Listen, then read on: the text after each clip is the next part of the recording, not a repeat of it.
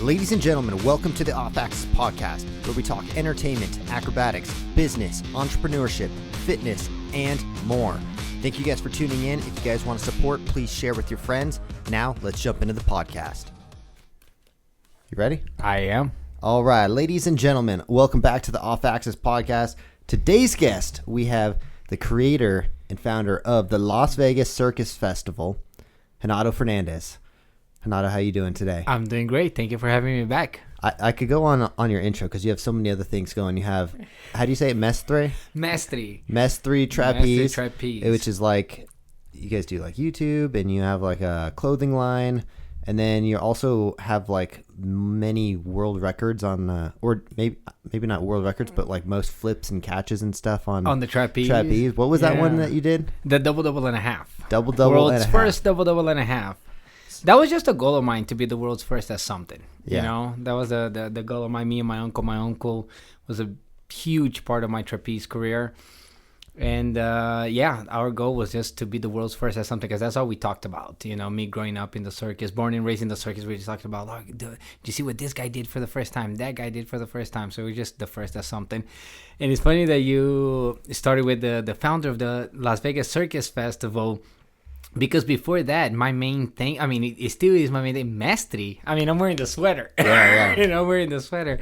Mestre was always the thing that started it all. You know, Mestre was the brand. The logo itself is a picture of me back when I used to work for Cirque du Soleil. Someone took that picture. It's supposed to represent the T of trapeze. You know, just me hanging off two trapeze. And then the Circus Festival came along, and that just overshadowed everything. It really did. It was my biggest endeavor so far. Yeah. and it overshadowed everything. Before we get too far away from it, what's a double and a half to the untrained eye, which is pretty much everyone who's not a trapeze person? Who's not an acrobat. Explain that. So the double and a half is 2.5 back flips. So I get caught by the legs. I don't get caught by my hands on the flying trapeze. Normally you get caught by the hands or by your wrists, not by your legs. So I get caught by the legs. I do 2 somersaults and a half with 2 twists in it. So it's somersault, twist, and a half, catch the legs. Yes, and that's extra scary because you're going to your head, right? Like, yeah. Your head is down. Your head is down. That's something you never see on trapeze. No, it's actually, how can I say, it's more common than you think, the leg sketch, but not big tricks. Yeah. If that makes any sense. Yeah. You know, like you do some leg tricks, but not big tricks. So that was my coach at the time, Miguel Vargas. He was the one who pointed out to me. He's like, dude, I was actually trying another trick. I was trying to be world's first at another trick. And then he came to me. He's like, dude, why don't you do the double and a half? You know, go to legs. This is awesome. But yeah, normally you don't go to legs. You go to wrists. But the leg things was just... And funny enough, it's a better grip. It's a better catch. It's a better grip. I feel safer. Yeah. I do. Double and a half is my trick. It was meant for me. It really was. It really was. Are you able to? You catch too, right? So you do flying and catching. So when you're catching someone by the feet, you're catching them by the ankles, I assume, right? It's right by the calf, right above the calf. So right above the calf. I assume that the person flying has to have something, either shorts or like, what are they wearing? Oh, they're wearing shorts. Shorts? For sure. Yeah, it's either shorts or very tight tights. You don't want to have any give. You don't want to have any slip, because we've had that happen, man, and it's not fun. I can just imagine, like, if I was wearing, like, shorts, like, my leg hair's getting pulled out left and right or something. It hurts. Oh, you're going to get, like, a rug burn right behind your knee. You get that for sure, especially in the beginning. Before you catch it, there's a lot of friction. There's a lot of gripping. And if you get a strong enough catcher, which I did, Justin Chakowski, shout out to Justin, my number 1 catcher, that dude had a grip, man. Yeah. That dude had a grip. Come closer to the mic. That dude had a grip. He runs, what's his show called? The Flying Royals. The Flying Royals. All over the place at fairs and stuff, too. Oh, he did great. I love him, and I love his wife. I love his whole family. Justin Chakowski, April Chakowski, April Brown. I know her as April Brown. I know them both before they got together, before they got married. They're an amazing couple. They do the Flying Royals now, the crisscross rig, flying all over Europe, all over the country. And that guy, they're a badass couple. They're a power couple, no doubt about it. Justin's an amazing catcher, an amazing person. Breezy, we call her Breezy, April Brown, his wife. She's an amazing flyer, an amazing leader, and an amazing woman. She's just strong as fuck, dude. She's just super powerful. I've seen her fall. We were in St. Louis for, I forgot the name of the circus. We were in St. Louis, and we had a middle catcher at that time, and she was trying just like a back handspring into the middle catcher in the middle, highest point of the flying trapeze. And she over-rotated, ate shit on the net, started bleeding. Everybody was like, oh, what just happened? She was like, give me a minute. I'm going up and doing it again. She went up. She did it again. Perfect. I'm getting the goosebumps under my sweater, dude. I'm getting the goosebumps in her face. Because she over-rotated, hit her face, all nose and everything, dude. Oh, my God. And she chilled. Eric Kraft was the catcher. She went back up and she did it again. And since the day I met her, she's always been that badass woman, dude. She's an amazing person. I love April Brown. That's awesome. Shout out to them both.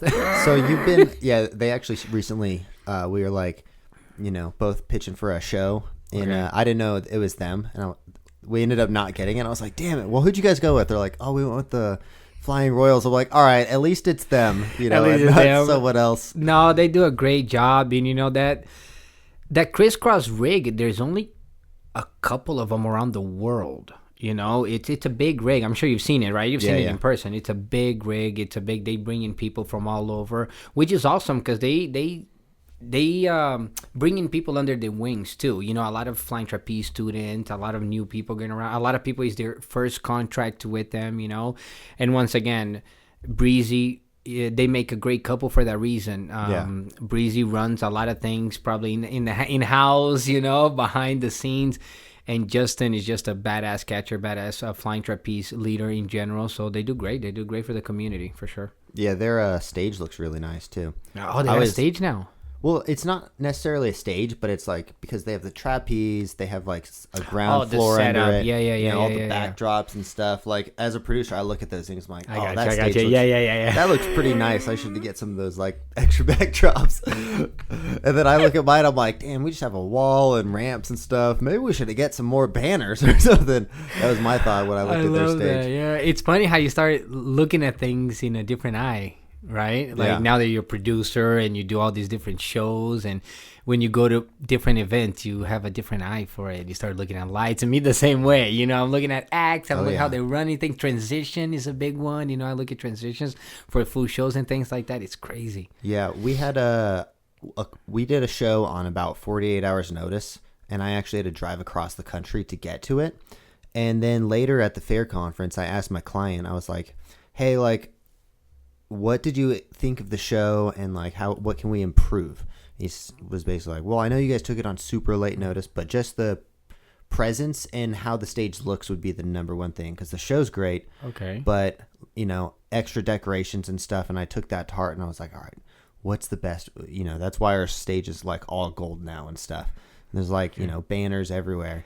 And because we took the show on 48 hours notice, and there was like, the backdrop was like an avalanche, which didn't make any sense, but we were just at Six Flags or SeaWorld where it did make more sense.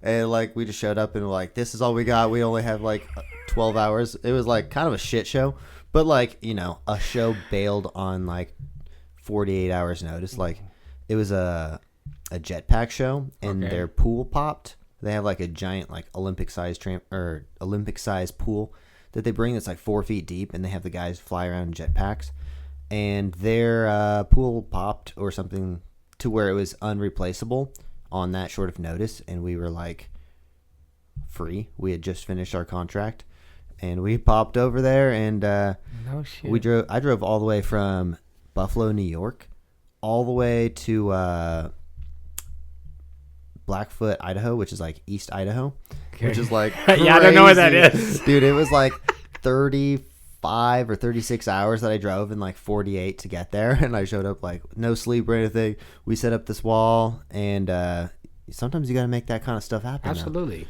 No sleep, 3 days of driving across the country. But yeah, the number one thing that my client said was like, make the stage look better, and I took that to heart, and now I'm always like, we have a new high dive show, and we're trying to make it look as cool as possible. Unfortunately, with like AI and stuff nowadays, all the like graphic design and stuff that I do, I almost do it all on AI, and then I get like a base of what I want, and then from there, I'll add in like acrobats and stuff in the photos and make it look cool. Most of the all the stuff that we do nowadays, we use a lot of AI. A lot of AI. That's crazy. I wanted to ask you something now that you're talking about AI. Does it ever get to you when you upload a video of a show or of a trick that is badass and everyone thinks it's AI? Well, nope, we're not that good. So far, we haven't had any comments that's like, this is AI that I know of. That you know of yet? Yeah. You know, I had a couple of those, or a couple of comments anyway, you know, that people come out and say it's AI. And not a fear, but something kicked in me that I was like, what's going on? Could it or will it get to the point where it's like people are going to stop believing? Will there be a generation where they stop believing it's true? Unless they see it live, of course. Unless they see it live. Do you believe in Santa? But it's like, do you believe that was actually real? You think so? Well, not then, but maybe at the time of, right? Let's say 2 generations from now, where literally everything might be AI. I don't know what's going to happen in the future, but everything's AI, where you're just in your backyard and you do a triple somersault of something and you get that video and they're like, no, it's AI. Because everything is AI nowadays. Yeah. I made an intro with like a Santa doing a trick on a BMX bike the other day. It took me forever to do it. It still looks like a cartoon, but I could see how in like the next 2 years, I mean, almost everything could be replaced on video. You think 2 years? I think even less, actually. I mean, I think nowadays there already is. But if someone's good enough at it and they spend enough time writing prompts, they could make it look pretty damn realistic, especially if you have like a real body, like, you know, a photo or something. You could make this person do whatever. You know, you could take a photo. You're right. And you could say, have this guy do a triple backflip and then land back on that, you know, hand railing over there or something. And then now you have this crazy parkour video of this guy doing his unrealistic jump. So I think it's pretty close. Yeah, and AI will get only better and better from now on, right? Yeah. More realistic, more clear vision, you know, because there are some videos out there that you can clearly see is AI. No doubt about it, right? I think I think we're pretty protected in live entertainment for right now. You know, I don't think people are going to pay to go see AI performances. Right. Who knows? Maybe they will, but I think a lot of jobs are going to disappear, and honestly, like, it gives a lot of power to the entrepreneur who has, like, you know, the choice of hiring someone or just doing a bunch of AI and stuff, you know. Like, I can get a lot more done throughout the day. Like, I would almost say 10 times as much work can be done by me just by using a lot of AI and stuff, you know. My podcast gets up. We have, like, clips and stuff done within, like, you know, 15 minutes of it being up. That's all done. That would have normally been, like, a week of work. Posters and all this stuff, I can make it in, like, 10 minutes. I made posters for our holiday shows. I didn't have the time to go out and film like my acrobats in Santa costumes and stuff. So I literally just asked AI, hey, make this guy look like he's in a Santa costume. And now our poster's done, and we're going to a conference in like 5 days to sell shows that were essentially created with AI, you know. Wow. So posters and stuff, that's all done. You know, we just did so much work that could have taken, you know, weeks and weeks, and I would hire like specialists and stuff, and fortunately we got it done really quickly with AI. You're deeper into this AI stuff more than I am. Do you use AI for change of costumes too? Like you said, you put him in Santa clothes. I haven't done that yet. Yeah, so our poster for the Santa stunt show, it's basically, you know, I put Santa Claus in there, and he's wearing a BMX helmet and stuff. Obviously, it's not a real photo. It's not even a real person. Okay. But I put Santa Claus in there. He's got a helmet on with a, you know, it looks like a Santa helmet. And then there's like a scooter rider, which is me when I'm like 17, but I look kind of like a Christmas character. You know, I got a Christmas outfit on and stuff. I just changed my outfit. I got a pogo stick guy, also looks like he's wearing Christmas clothes. You know, everyone just looks like they're wearing Christmas clothes. All I did was I just typed in the prompt, don't change the shape of the person, only change their costume to elf outfit, and boom, done. Wow. Yeah. So you'd say, in your opinion, you think the prompt is the most important area of AI? Yep, for sure. One thing that I spent like 8 hours trying to create just one clip the other day on AI, total waste of time, but it came out okay. But I took like a photo, or I created a stage on SketchUp, and I took that, I decorated the stage and stuff as best I could on SketchUp, which is a basic computer animated design program. Okay. I took that stage, which is a 3D rendering, put it on Canva, decorated a little bit better because the AI and stuff on Canva is better than it is on SketchUp. And then I took that into Grok AI. I used a couple other video programs, but the Grok AI program is the best for sure for video.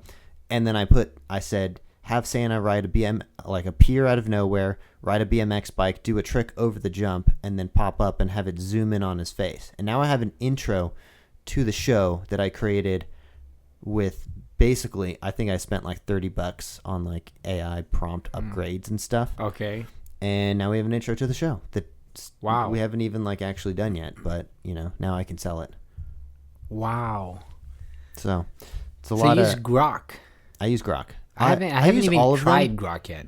I think, I use all of them, and I'll take the exact same prompt and I'll put them in Gemini and ChatGPT and Grok and Canva, depending on what I'm doing. And almost every single time, Grok has came out with the best one for sure. Really? Yeah. Good to know. Good to know. Just I haven't even more tried viral looking kind of stuff. It just looks better. Like we were making a Halloween show, and I just took one of our posters from our fair show, and I said, make this look like a haunted stunt show. And boom, it already looked great, like right off the bat. And then just, some little adjustments here and there. And then within, 30 minutes, we have a poster of a show. That's amazing. Yeah. Is Grok the same thing as ChatGPT? You hit the limit? Hang on 1 second. Let me get it for you, because the posters came like 5 minutes. I want to see it. I want to see it, and I'm so interested in this so much. I'll bring it right here. Oh. We'll be right back, folks.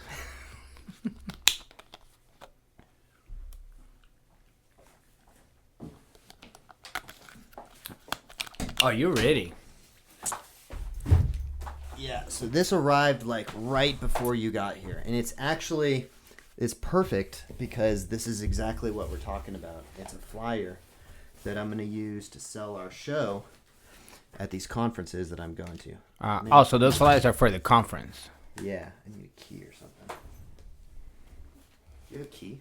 I think I do have a key. Yeah, I do. I don't have anything sharp. Here. Thank you. All right. Nice. Check this out. So this for me, and you made all of it with AI. This is dangerous, opening something on film, because sometimes they turn out fucked up. Like the first time that I did a shoe reveal, as it came out, I was like, "Oh, those don't look as good as I thought they would." Yeah. Okay. Well, we lost a little bit of color on the printout, which happens sometimes. So check this out. For anyone looking, you might be able to see it. This is the Gravity Graveyard set that we're going to be selling Halloween shows. On one side, it's just a photo of our fair show, and on the back is the Santa Stunt Show thing that I was talking about. Here, you can take a look at that. Thank you. So these are the flyers. I take these to the conferences and pass them out like candy and try to sell shows. I love it. Almost all of my effort nowadays is like spent on selling shows. A lot of effort. Pretty much 90% of what I do is just trying to book more shows. I saw one of your videos that you talked about that by going to conferences, you realized that conferences is what you were selling, right? So you were going to double down on that. Yep. Did you? Yeah. So you just booked a lot more? Yeah. So last year we went to 3 conferences. And this year we'll go to, I think, 8. So the theater show conference that we're going to, that's new. And I went to the theme park conference, which is also new. And now I'm going to the Halloween and Christmas conference, which is just like themed shows and stuff. Yeah. And that's going to be in March. So just a bunch of new conferences, going to more fair conferences, pretty much filling up my schedule as best I can. With, of course, some conferences are so small it doesn't make sense to go to, but typically and also you have to have a good product too. Sometimes you might take the wrong product, which I'm not super sure that we're going to do well at the theater show conference, because we are definitely geared towards fairs and stuff and bigger stage stuff. Okay. So who knows? But I'm going to be optimistic, and I think we'll at least book one show or something from it, But are these entertainment conferences? So what kind of conferences are these? So the one that I'm going to, like a lot of the ones I go to, are like the fair conferences. The buyers and people who buy entertainment are at these conferences. So we go to those. They cost a lot of money, but ultimately, if you're making over like $5,000, you get a big booth too, don't you? You get a big space. Oh, we go 20. We spend like minimum of $5,000 on each one, and up to $10,000 on each conference. Right. So it's a big investment, but it pays itself off if you have a good product. Unfortunately, there's a lot of people that go there with not the greatest products, and it's just like their show just kind of doesn't look good, or just they don't have a good offer or something, and they don't sell anything. As across. Really? Even if they're cheaper, does that happen to you in those conferences when you see something that has less of quality, they're cheaper, and they might end up selling? So we were next to a Circus. I can't remember the name. I don't think they'll watch this, but they were right next to us. I think we had like 20 people come straight to our booth, because we have advertisements all over the conference too. And then, 20 people came to our booth, and they're right next to us. They didn't have a single person come. Wow. And it's just kind of, how we go above and beyond to put our logo all over the place. We do the extra advertising, do video showcases, and everything we possibly could to make everyone, there's no point of going if you don't try to make the biggest impact possible. Because if you if you lowball it and you don't put a lot of money into the conference, then you're going to get bad results, especially if you have a bad product. I think we have a really good product. Our stunt show is basically 3, teeterboard, trampoline, and BMX, and possibly motocross or pogo all in one show. And we're competing with people who are either only pogo, only BMX, only like aerial, or only like globe or something, So we're basically 3 shows in one. And it's really hard for them to compete with us, I think. So and you got the high diving now. We have the high dive show now too. So I got the high dive show because I was like, man, fairs don't like to repeat shows, unfortunately. But they want something new every single year. So they don't want to keep bringing this off-axis stunt show. Even though we've had people bring us back like 2-3 years in a row. We needed a show that was on the same price point, which would be high dive. And that's similar, that I could still use those same acrobats and keep my guys more employed throughout the year. So we got the high dive show now, and we haven't done any shows yet, but that's another thing. We kind of created the promo with AI. We're selling the show. We've already sold shows that we haven't even done yet, but we will have, we're offering like the first person to book us in the fair, which is, they already did, but we offered the first person to book us a super fucking special rate. Very discounted rate, because I'm either going to have to put it up myself and spend a bunch of money to film this content, or someone could take the risk and buy a show that doesn't have promo, and then we use that show to build on it. Build on it basically. And now we have all the promo and stuff for the rest of the year moving forward. And it's a big investment. Is it a pain in the ass? The high dive? It is compared to our stunt show. Our stunt show is about 3 hours to set up and maybe an hour to take down. And this high dive show is going to be like 2 days to set up, which is unfortunate. But is it because of the water? The water, and it's just a big ass structure. No shit. Yeah. I'm sure that after I get a hold of it, like, we'll make it a little faster here and there. Our show was not always 3 hours set up. I've been making improvements here and there to like make everything slide in and out better in the trailer and just make it quick. So I think we can knock it down to like a day and a half, but the water also does take a while to fill up. But I'm not doing it myself. Like, I wouldn't try to put on a high dive show if I didn't have the best guy in the industry to do it, coming over to work for us. So we're snagging this guy named Clark, who's going to come over and work for us. Okay. And he's going to, we're giving him a good pay raise from who he was working for before, and he's going to come work for us. And I think he'll be stoked to work for us, but he's going to run that show. And I'm learning as an entrepreneur to really outsource things more. Because before this year, it's been me doing everything and losing my mind. So trying to just outsource projects to people rather than just outsourcing like tasks. Outsource complete projects to people. Wow. Is like one thing that I'm working on as an entrepreneur. How does that affect you trust-wise? It's definitely difficult.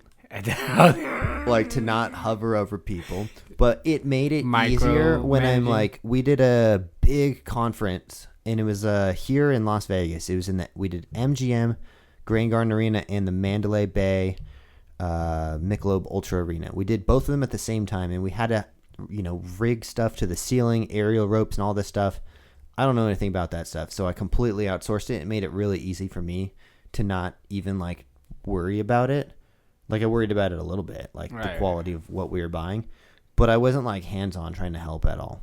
Which if I did understand something, I'm probably gonna be like, no, guys, it's got to be this way. Yeah. I tend to do that a lot. The wrong knot. I'm trying to outsource stuff more often, and when the company's growing, you have to do that, and it's hard to give away power to people. It is, ain't it? To run the shows. We had Luke run one of our units this year, and like I trust that guy so much. He ran the shows that he was in charge of so well. I didn't hear a peep out of them, basically at all. Like there was like little things like, hey, they put our show too late and we can't see. Like I think that was like the only like problem that we had with him running the units, and just having like, I would say like A players on the team who are running the teams well. That made it like really easy for me to run because we did 4 shows at a time this year, which is a lot. So you're getting better at micromanaging. Yeah. Or not micromanaging. Micromanaging, yeah. Dude, that's crazy. I love this flyer, by the way. I was looking at it. All Facts present Graveyard, the Halloween show, and the Santa Stunt show. And I think I've talked about this before in the last time I was here at the podcast with you, that I wanted to do a Christmas show before the festival came along. It was supposed to be a Christmas show, not a festival. And you see a lot of those in Europe. What made you come up with the Christmas show? Is that the reason too? No, the only reason we're doing the Christmas show, one, because this, we had a bit of a mess up with one of the contracts this year, and we were supposed to do a Christmas show, and it kind of ticked me off that, I felt like they were taking advantage of us and paying my performers too low, and then they added on like a few days after to the contract, and I didn't like that, and I was like, you know what? We're pulling the trigger on this show that I've wanted to do for a while. So the Santa Stunt Show is supposed to be about an entrepreneur who is creating, he's learning from entrepreneur mistakes. So it's going to be an elf who's trying to fund, his parents who are, the story is rough right now, but, his parents are getting older and they can't work for themselves anymore, and he's going to start a business to help pay for his parents' bills and stuff. And Santa is going to be the mentor who guides him through the process. And there's going to be all these kinds of things like, starts off, tries to do everything like, all of us do as entrepreneurs, tries to do way too many things at once, narrows it down, everything kind of comes together at the end. There's like a big finale. I got a whole script written, but that's like the brief summary. So I wanted to do something entrepreneur related. And then this year, also another thing that fell apart was our November on Fremont Street. They cut the contract like 5 days before the show started, and I was like, "Whoa, that's a lot of money that just disappeared." And all my guys now, who I thought were gonna have work this month, don't have any work. And it was like, okay, we need to like really double down on October through December. We don't do very much there because we do. The majority of our work is during, let's say, March through September. And then October, November, December is just pretty empty. So we wanted to create theme shows because what else goes during that time? Okay. So initially it was just going to be Santa's Stunt Show that we offered this year. And I was like, dude, if I'm going to the conferences, I might as well sell 2 different shows. Like, why am I going to leave October open? I don't want to rely on Fremont Street again as like we're at least booked this time, so we'll have some money coming in. Like we lost a lot of income this year, and also if we're not doing shows, we're also bleeding money. So like October through December, we just didn't really do much, and I was like, okay, that's not happening again next year. we're going to make sure that we spend a concerted effort into booking themed shows. Oh. Dude, and with the off-axis acrobatic stunt shows, Christmas and Halloween, these are great, dude, because you can do so much with it. You can really do great. I'm loving it. One thing that I've learned, and I'm going to say this since we're here, is to keep, or not to keep, there's a fine line there of like not sharing your ideas to people, but also letting it out to some. So, because a lot of people tell me, don't share your ideas with anybody, right? And I'm saying that because I had one person steal my idea twice. Yeah. Twice. And he hurts. He hurts a little. And he hurts. And I don't want to say steal idea, right? The reason I'm saying steal idea is because I talked about the idea. I didn't have the money that they did to make the idea happen. Yeah. And they made it happen. Yep. So then he ends up like, that was my idea. Well, but did you do it? Right? So it's like a bullet you have to bite on your own. Yeah. Does that make sense? Like, because nobody can really. I have a lot of thoughts on this because I put most of my ideas out into the world, like I just did. So like telling everyone how I put together a show and stuff. But I think also like, now there's more people that know who our show, like what our show is and what we're offering. And also I wouldn't share ideas that are easily stealable. I don't think it's super likely that someone's going to decide to get, like, you've seen what kind of stuff we have in the yard. There's 4 trailers packed full of different stages. There's a teeter board hanging around right there. There's multiple trucks and it's going to take quite a commitment for someone to come in and like take a show from us. For sure. It's not not everyone can just come in and buy a $16,000 Olympic trampoline. Yeah. That's just the start to the stage, So there's like a barrier to entry for that kind of stuff, I think. But if it's an easily stealable idea, yeah, I probably wouldn't put it out there. Yeah.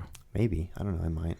Yeah. I've always been open with everything, and then this year was kind of a rough one because I wanted to do a Christmas show, and I've done the first festival, I've done the second festival, I made it through the first 2. Yeah.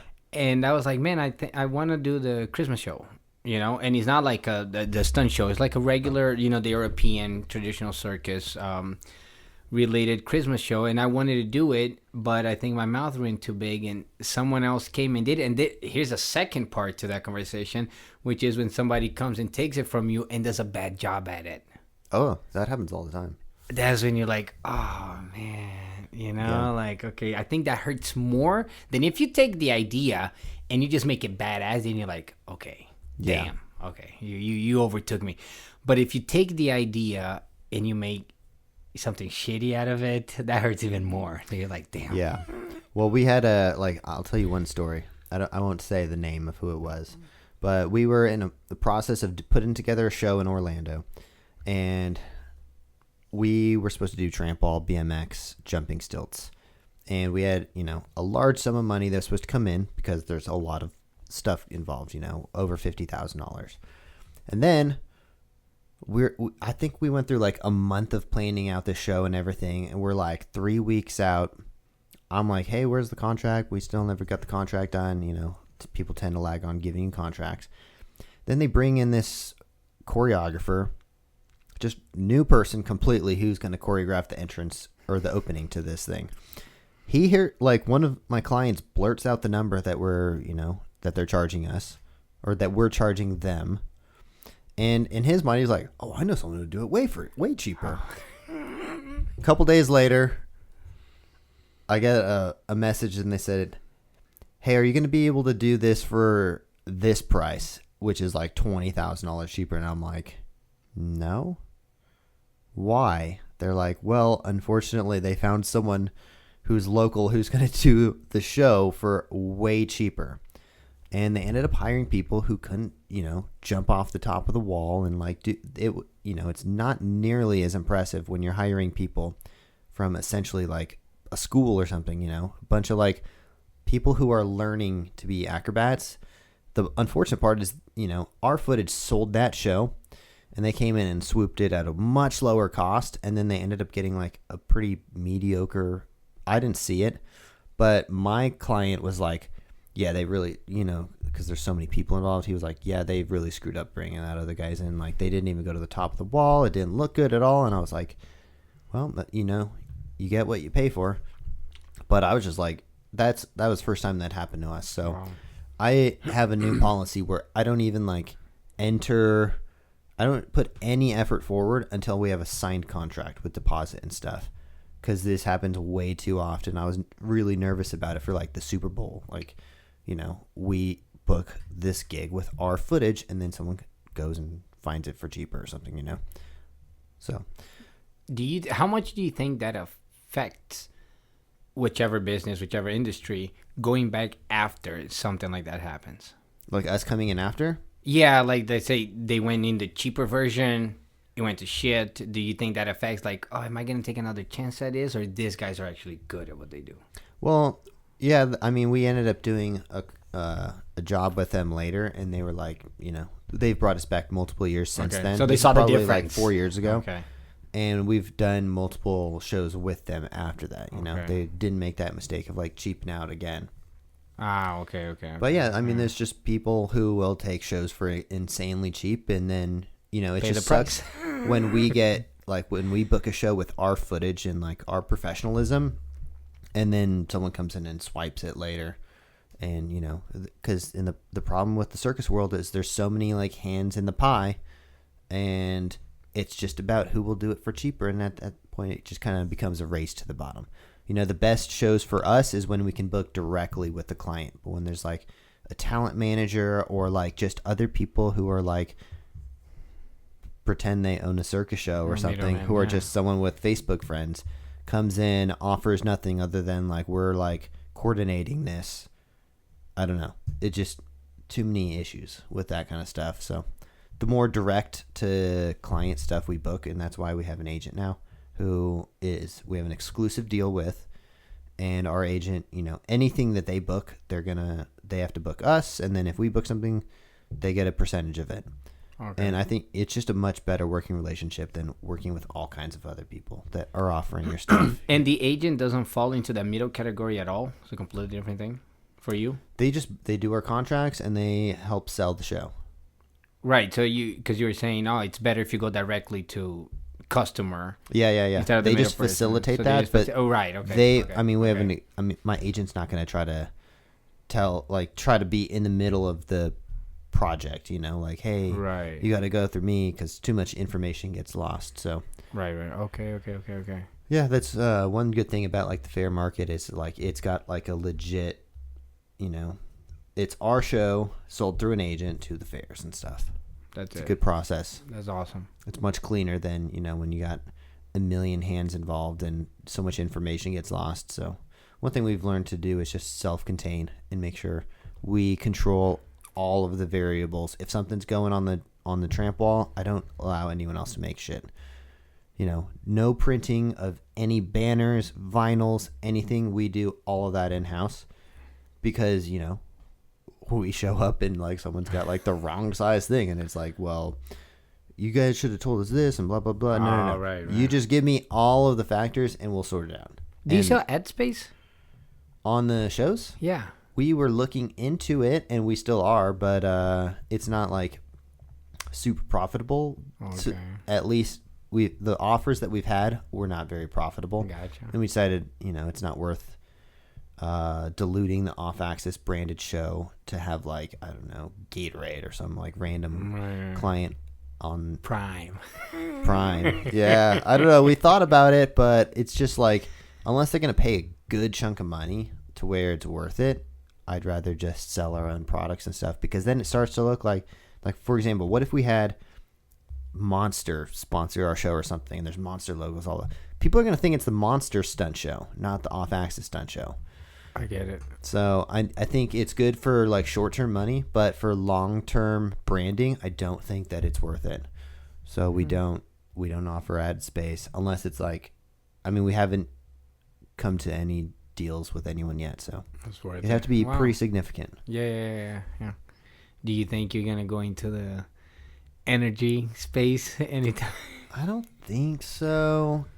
I don't know. I don't even drink energy drinks. No? Oh, okay. I'm trying to think when the last time I had an energy drink was. I drink Red Bull 24/7. I love Red Bull. If I am doing a long road trip, I will like get a Red Bull. Really? Is that your go-to drink? Red Bull or energy drink. I think just because Red Bull sponsors and like puts a lot of money into action sports, that it's just a brand that I like to support. Same with Monster.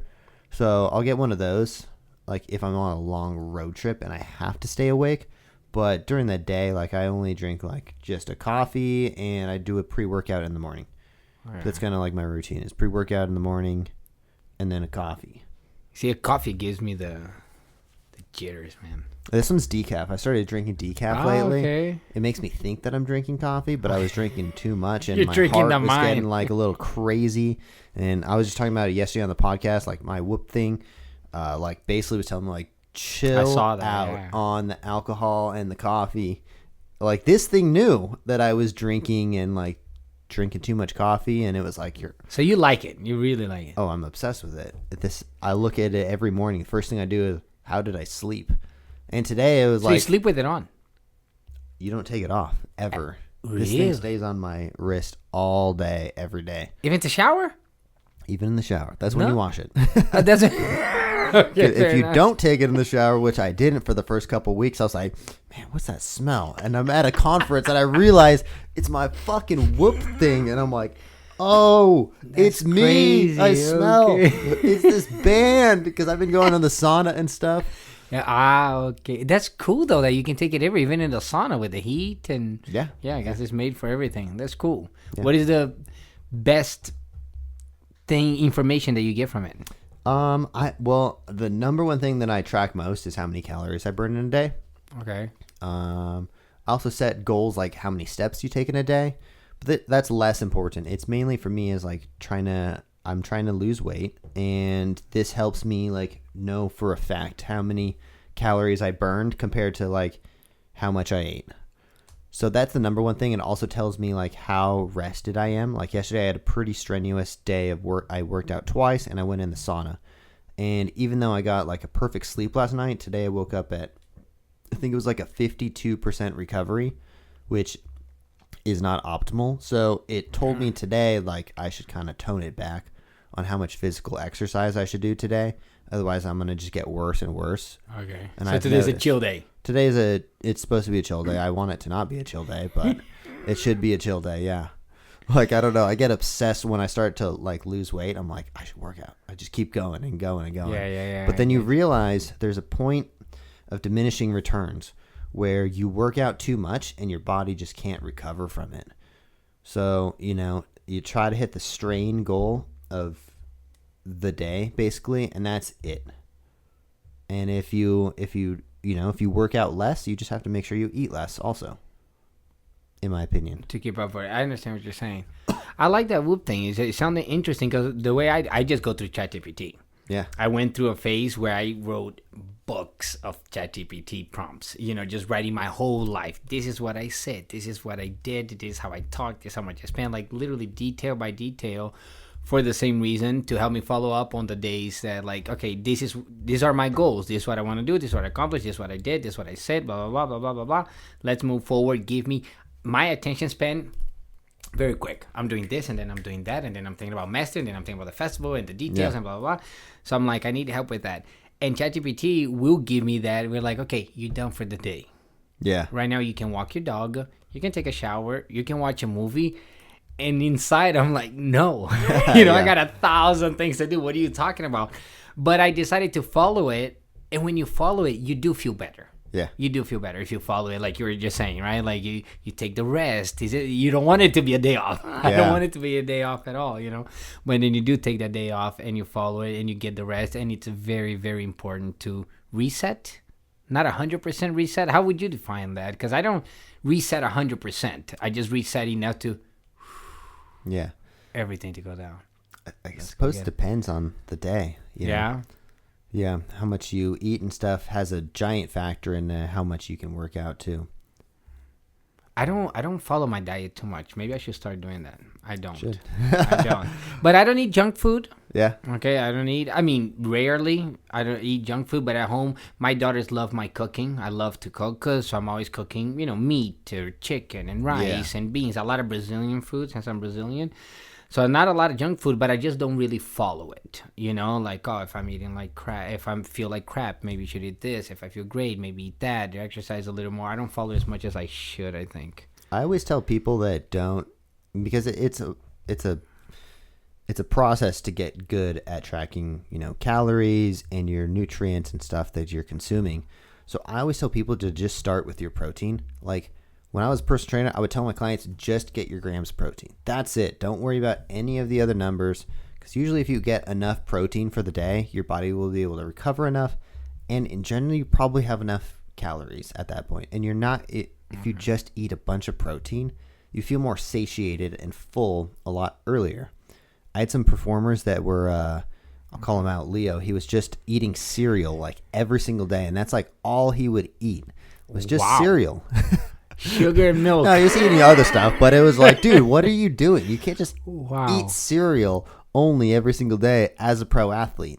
So like just switching over to protein. I know he's starting to feel better. Like your body will start breaking down if you don't get your grams of protein. Like the recommended rule is to get, if you weigh 150 pounds, get 150 grams of protein or close to that number. Okay. So I'm like 175. I try to get 175 grams of protein, and the rest of the numbers, I kind of let them sort themselves out. Do you follow it according to your goals? Let's say I want to gain weight, I want to gain muscle, I want to lose weight, things like that. Is that what you're doing now? Yeah. Well, I haven't wanted to gain weight in a long time. I just kind of do it naturally. Okay. You wanted to gain weight? I didn't realize how little I do in the off season, and I gained a bunch of weight this year. Like I spend most of my time in front of a computer, and I don't work out very much. During show season, when you're doing 3 shows a day, it's easy to stay in good shape. But like, if I'm just working in front of a computer all day, not doing any construction or anything outside, then you end up not doing, or you don't burn very many calories. Yeah. So I mean, that space there where I need to start burning more calories. Yeah. That thing that I had you stand on earlier, the vibrotherapy thing. Bomb. Dude, so I have a thing called vibrotherapy. It was probably around like $4,000. I spend a lot of money on stupid shit at the fairs, but it's always for my body. You got that at a fair? I got like a $10,000, it's $18,000 massage chair out there, but I got it for $9,500. Half off. I got the sauna, I got the vibrotherapy thing, I got a cold plunge. I have all kinds of recovery equipment. That's just one thing I don't short on my body, I always put a lot of money into that. And the vibrotherapy thing, it like, if you stack your body up and you stand straight up, it vibrates every joint in your body. And by the time you get off of it, you feel good. Like I had back pain going into it. I stood on that thing for like 10 minutes at the fair, and I walked off and I was like, I'm good. How much is this thing? I'll buy it right now. And it was like $4,000. And you did. Of course I bought it. I'm horrible at It's worth it. It was great. Yeah. I tried it for the first time today. That thing was the bomb. You feel lighter. You feel smoother coming out of it. It's great. And the timer, I only stood it there for 2 minutes, and the timer was set for 10 minutes. Yeah. I wonder what it feels like after 10 minutes. Yeah. Do you have your knees locked in when you're on there or both? No? Really? Both. So, I didn't. I had a little bit bent. So it's different. It vibrates different spots. So if your whole body is standing straight up, it'll vibrate your whole body. But if you bend at the knees, it'll only vibrate up to your knees, wherever there's like a point where there's like some suspension or something. I don't know what the word would be for that. Yeah. It's great though. It is great. It is great. Like I loved it. How does your body feel after, how long did you perform? Like my life-wise? Yeah. 30 years. Right? 30 years of performing. My body hurts so much. I think I'm at like 18 years of professional performing. Yeah. Just walked today. I was just walking in the kitchen and my ankle just completely gave out. And my girlfriend was like, "The hell is wrong with you?" I'm just like, a quick buckle. Just quick, like my whole ankle just gave out. Just arthritis in my ankle. It comes during the cold part of the year, unfortunately. Bad I feel ankles. that too. Landing on freaking scooters my whole life. Yeah. Pretty stupid. It's funny because I've been doing trapeze my whole life, but I have 2 bad feet because I fell off the wheel. I used to do the wheel with my father in 2010. I fell off the wheel of death. Yeah, I fell off the wheel. So I got 14 screws and a metal plate on the right one and 5 screws on the left one. And I feel those sometimes in the morning. Oh, I feel sometimes those in the morning. That's a gnarly one. It is, but okay. Here's the story though.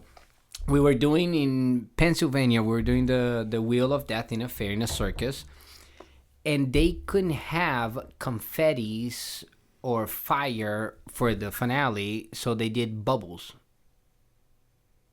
like soap bubbles. They had the bubble machines cool going there. Fire. It's not as cool at all as or fire. Confetti. So it wasn't as colorful or as cool. You're right. And for the finale, the wheel would be there, but the wheel would move in and out. This was stable inside the tent. So when the bubbles come out, it would go everywhere and make everything soapy. And by the end of that fair, my dad slipped at the bottom. Lucky for the case, luckily he fell at the bottom and I fell at the top, because I think my dad would probably been in a lot of worse shape if he would have fell off the top. I was younger. I was 18, 19 maybe. But anyway, we were going both outside the Wheel of Death, walking outside. He slipped at the bottom, fell, and because of the counterweight, the thing just shoot from under me. And I remember, like, if it was slow motion, dude, and just landed. I thought it was my knees, my knee. The pain was radiating to my knees. I'm grabbing my knees, my knee. And my dad pulled my shoes out, and he's like, "No, dude, it's your ankle. Like, your calcaneus is what it's called on the medical term." Oh. It was just split in half, dude. Just split in half, this and that.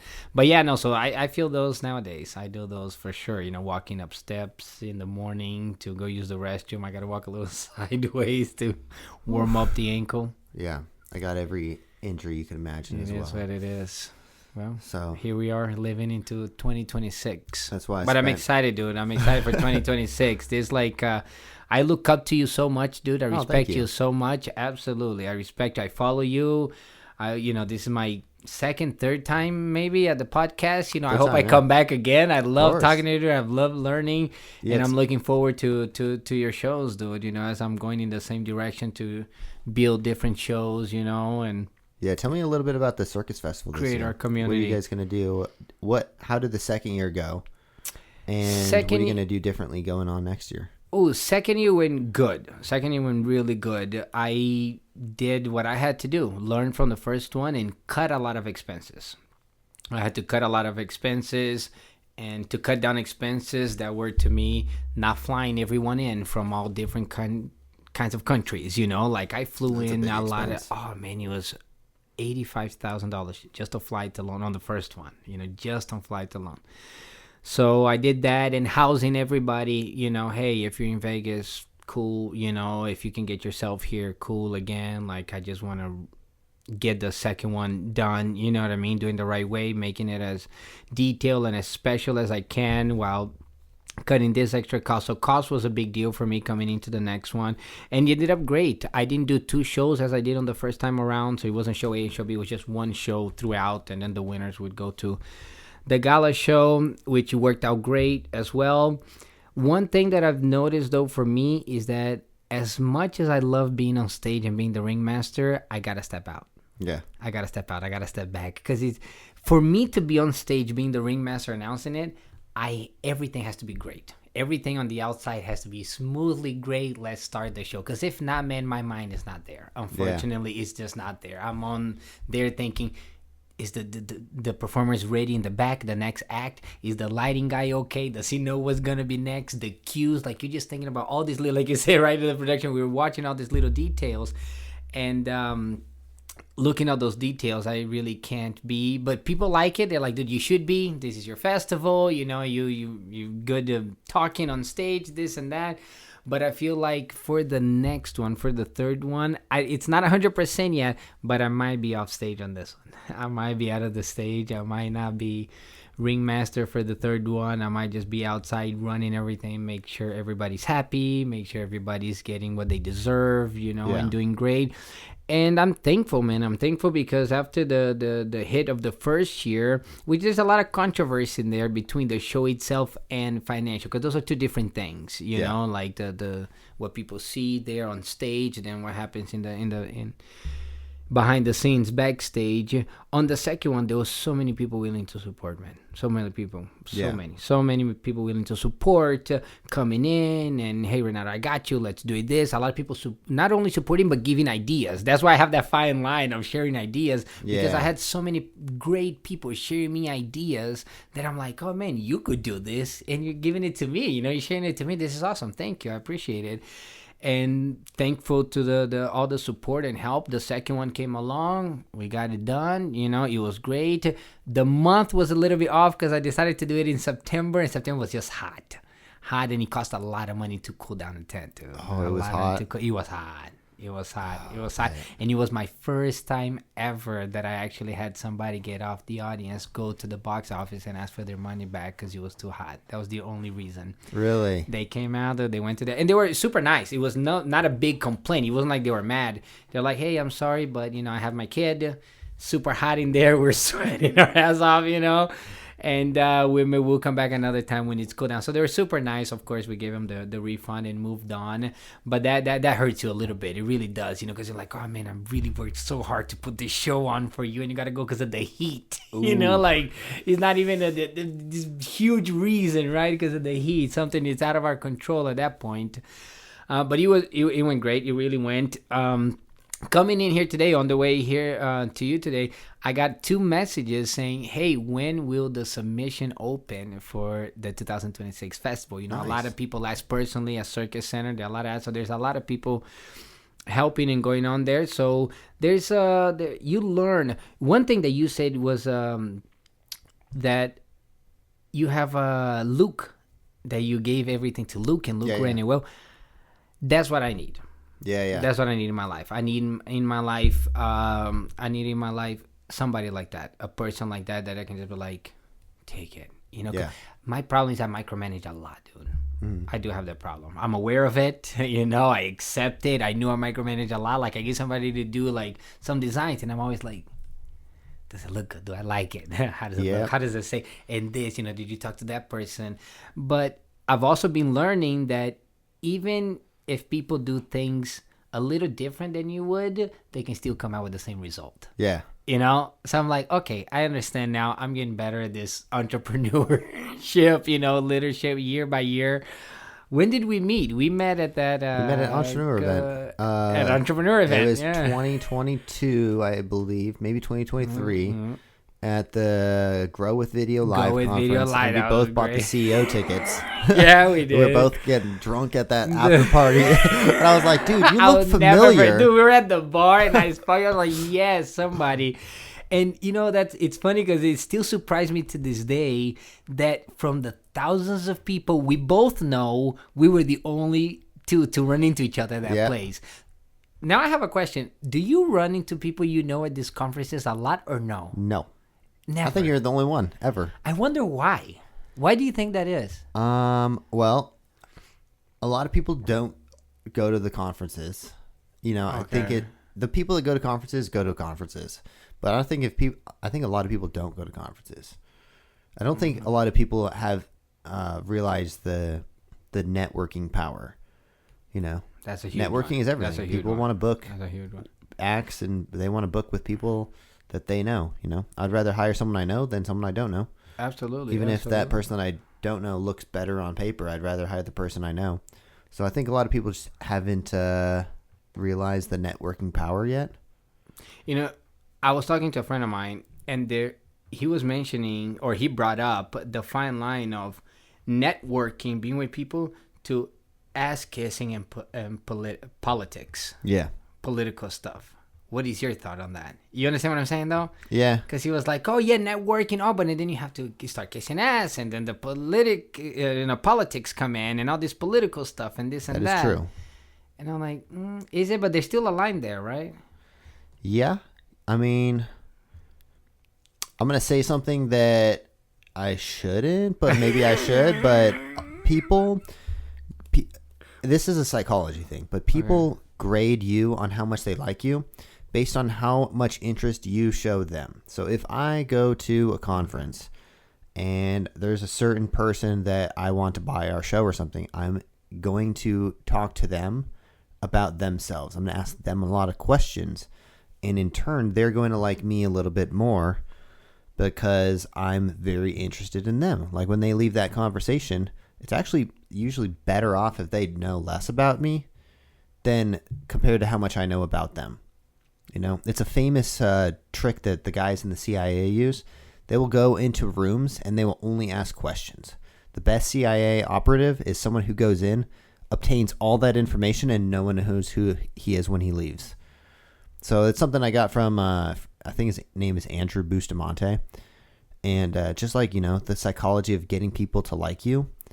And that sounds, it sounds like very superficial for me to say that. Very toxic, man. Very toxic. He did spend a lot of time questioning me. But like, that's something you do. If you're trying to get people to like you and want to work with you, you ask them a lot of questions. I have like certain clients that I wanted to work with, and I asked them, about their kids and like what sports they like or whatever it is, and we book a lot of fucking shows. So I got you. It's working pretty well.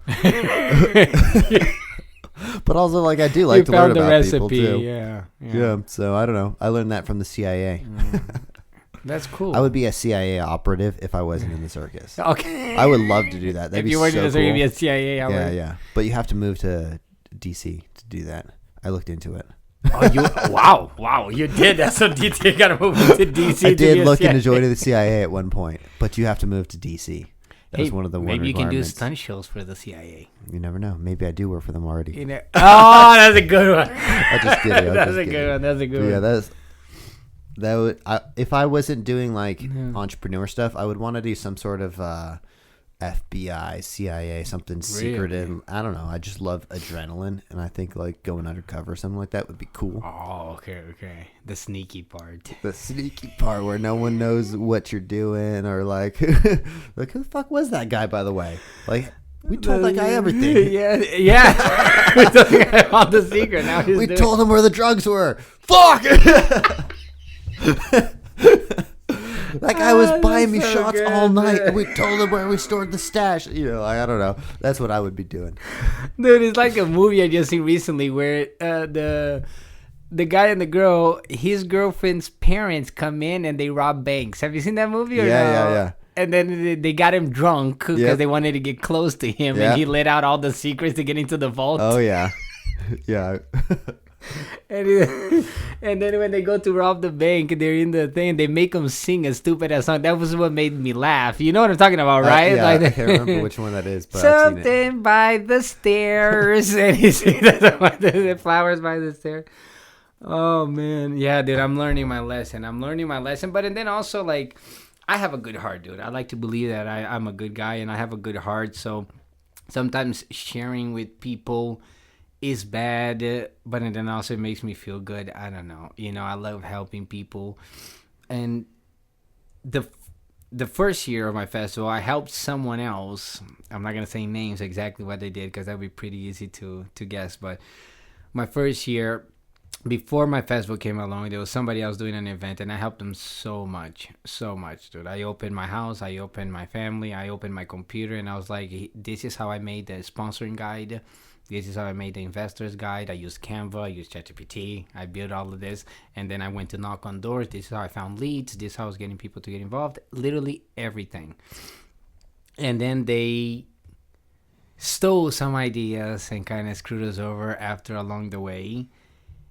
But then again, it didn't bother me because I was able to sit down and think, it's like, if they're taking something from you, doesn't that mean you're ahead? Yeah. Because by the time they do the idea they stole from you, you're already into another one. Yeah, probably. You're already into another thought or how to make that idea even better because you're moving on, So yeah, those are little things I learned along the way, man. I have a question for you though. Yeah. There's Alex Hormozi. I know you follow Alex Hormozi. You actually went to his thing, right? Alex Hormozi. $5,000. Great. One of the best investments I made, though. I left with so much clarity on my business after that. Really? Okay. Yeah. So you got really clear-minded after, right? right? Doubling conferences and stuff. I saw it a few times, but I can't remember exactly what video it is. But there's a video of him that he talks about like the moment of loneliness. And I think this past year, or I'll say for the past 6 months, I think I've been feeling that. Yeah. Feeling that of being alone, but because I'm a people person, man. I'm a people person. I love people. I want to talk to people. I want to interact with people. I want to coach people. I want to train with people. I'm a people person. So spending a lot of time alone, but focus in the right direction is also good. So my question was, how do you feel about that? How do you approach it? Or have you had that time, or are you going through it, or have you not yet? Yeah. Where you just really alone. You gotta work, home to focus on your thing still. But you understand what I mean, though, right? I was actually thinking about that today. Really? Like, okay. I've done nothing but work for the past, like, I don't think I saw anyone other than the people at my gym and my girlfriend for like the past like 2 weeks, other than when we went to like Fremont Street for the New Year's show. Okay. Like that New Year's show was like the first time I saw people in like weeks. I've just been working the whole time, and today I was like, man, I should like go see some people, or just like go out or do something, because I've just been trapped in here just working nonstop. And because it's like, as an entrepreneur, you control how much work you do. And like, I just keep putting more and more things on my plate. Like, I'm like, let's start 2 new shows in the next month. Dude, I get and then I'll also do, I'm also doing a keynote speech on social media at one of these upcoming fair conferences. So I had to like stop and like put a whole bunch of hours into that. And then there's like, obviously I have to maintain the existing projects we have going on. And then Fremont popped up. I'm like, oh shit, hold on. I got to dedicate like 48 hours to make sure the show looks good. Put like LEDs on the wall and stuff, and it fucking rained the whole entire time. So it was a complete waste of time. So yeah, quite lonely. But I think you have to be, I believe, the people you are, what is it? The sum of your 5 closest friends is, how well you, whatever that is, you are the sum of your you're part of the 5 people you surround yourself with. You are the sum of your 5 closest friends, or something like that. And I think about it, if you don't have 5 good close friends to be around, it's better to be around no one than it is to be around people who subtract from your energy. People who are, for me, like, if they're drinking too much or partying or just like not doing anything, I would actually rather be alone and sub in those people with, like, podcasters like Alex or Mosey or something. I think of my close friends, even though they're not my close friends, is like people who I follow on Instagram, and people like, I study those people. Okay. Like Alex and Patrick Bet-David and like other people in the industry that I want to take certain things that they have. I will study those people, and I will like adapt certain traits that they have. I love that. So really better to be alone than be with shitty people, in my opinion. Yeah. And I feel like I'm going through a phase also where I have friends that I've known for a long time. Okay. Friends that I've known for years. But when you start a conversation, their conversation is just that little circle there. And then I try to push it, and I'm like, oh, dude, I've been using ChatGPT for whatever the story is that day, right? I've been working on the festival. Man, I found this new idea. If I, you just start talking in the entrepreneur way and goals and dreams and projects or whatever, and there's no reply. Yeah. There's just oh, yeah, and they'll grab their phone. Yeah. And then you just like, and I feel bad because I'm like, oh, man, I feel like this is such huge, you know what I mean? Yeah. A big part of entrepreneurship, a step or whatever. And I'm not trying to share my story. I'm just sharing a process or something I learned that day, and they don't give a single shit. So it's like, man, I might have to cut this one off. Yeah. When you have that moment when you're like, I know, I'm good at that. I'm definitely good at cutting people off, and it's just the feeling bad part of like, oh man, it feels like you're holding yourself back. I don't know. You feel bad for the person, and then they don't have the same mindset that you do, the same goals, the same way. So you just gotta, cut it. And that's been affecting me. Not affecting. I'm not going to use the word affecting. Not affecting me lately, but I've been paying attention to it where I'm like, I haven't found that one person where, especially at work, where I can sit down and talk to, exchange ideas. What are you up to? What am I up to? Let's just have a conversation, man, and not gossip about what that person did or what this person's doing or who's sleeping with who or who's drinking what. You know what I mean, right? Who's drinking what? It's like, dude, I don't care. Let's talk about what'd you do today, Like, what is your goal? What do you want to do in 2026? Like, you complain. And then the people that complain, dude, I'm sorry. I'm venting a little bit right now just because it really bothers me. It's just the people that are like, I don't have time for shipment. Dude, come over to my house. I'll grab my computer. I can show you a little bit of Canva, which is super fucking basic. But since you're just coming in, right? I can help her with this and that. Oh, I don't have time for nothing, man. And then the next day they come in, they're like, dude, I was up until 5 a.m. last night just drinking. I spent this $300 that I shouldn't have. You know? And I'm like, what the hell? Yesterday you told me you had no money or no time to be learning nothing. Now you to, oh no, but it's different. Yeah, you'll find time to do whatever you want, you know. You find the time when people to say do I don't have time to go to the gym, want. it's like, shut the fuck up. Oh yeah. You will wake up early if you actually wanted to get stuff done. Absolutely. And that's something I'm guilty of it there, because I'm like, man, I want to get in better shape. I want to work out a little bit, but then I don't. And then I know I have, because I have a free gym. I have things to do. But I think a huge part is accepting it. Yeah. You know, because I've noticed a big shift on people too, because I'll call them out on it, even especially if they're my friends. They'll be doing this, and I'll call them out on it. I'm like, dude, but you were spending this money last night. You were up to a truck like that. Oh, you know, when there's no comeback, there's just that, whatever they come out. It's like, why you're not accepting the scenario here? I see it and you don't, or you see it and you ignore it. Yeah, they probably see it sometimes. Sometimes, and then they just ignore it, right? Yeah.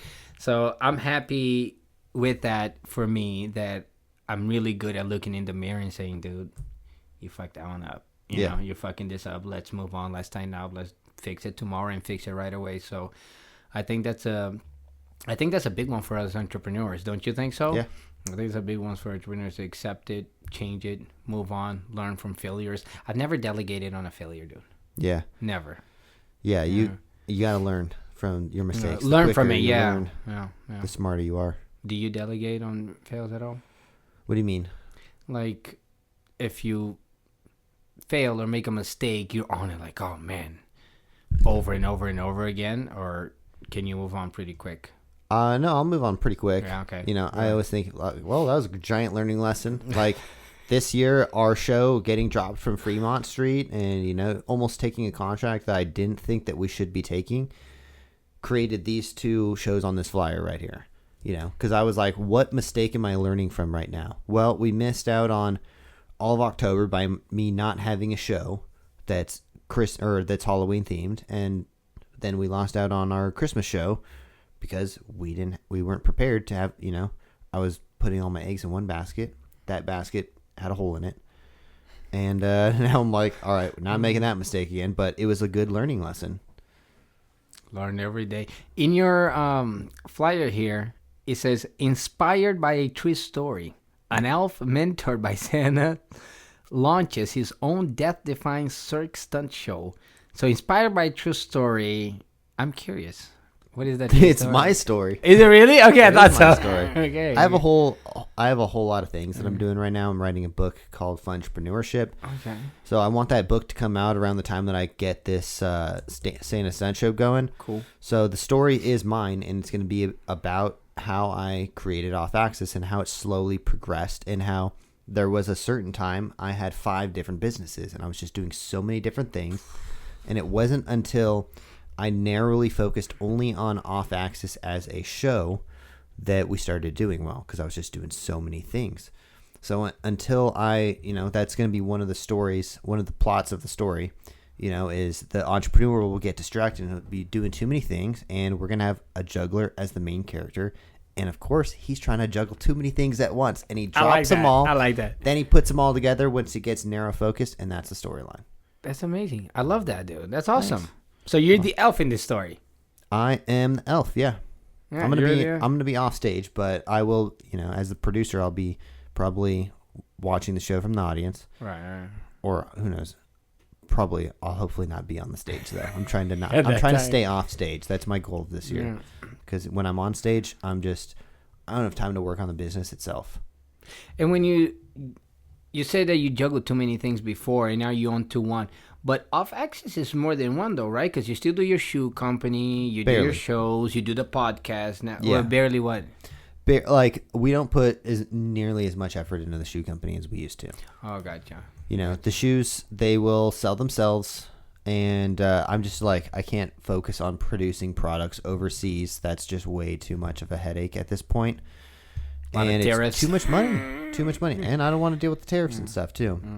So it's going to become more of like the merch department that the shoe company will become more of like the merch department for their different LLCs and stuff. So right. The merch is a different income than the show company, and just God forbid we ever get sued or something. Like there's multiple companies. It's a kind of umbrella situation. Right.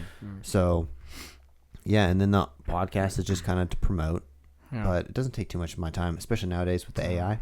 Done. Dude, I love the podcast. I can't wait to start. Podcast is up in like 30 minutes, and and then we'll have like 30 clips out.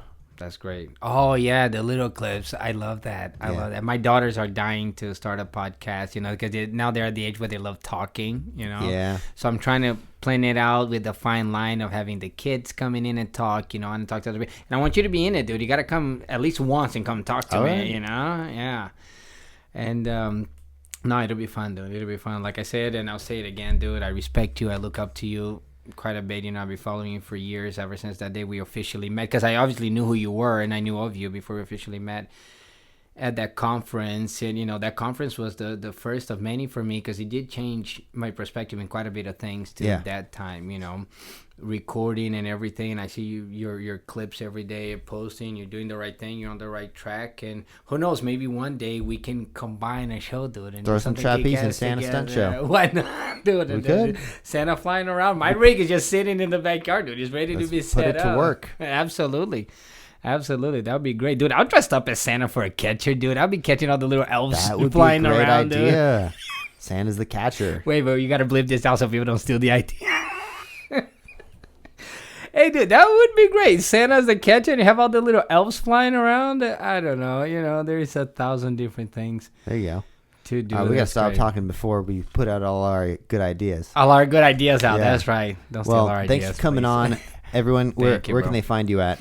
Social media wise. Yeah, they can find me on social media as Renato Fernandes. Fernandes with an S. I always got to clarify that because I do it with a Z. Renato Fernandes, or Master Trapeze, or Las Vegas Circus Festival. All those three, you'll find out me or the shows that we're up to. Tanner, thank you so much for having me again, brother. And I hope to come back soon with some new stories. Yeah? Let's do it. Thank you, bro. Appreciate it. Bye-bye, everyone. Make sure you subscribe. We'll see you in the next one. Go buy some shoes. OffAxisAthletics.com. Bye-bye. That concludes this episode of the Off Axis Podcast. If you guys found value in this, please consider sharing with your friends. Also, subscribe, and we'll see you guys in the next episode. Bye, everyone.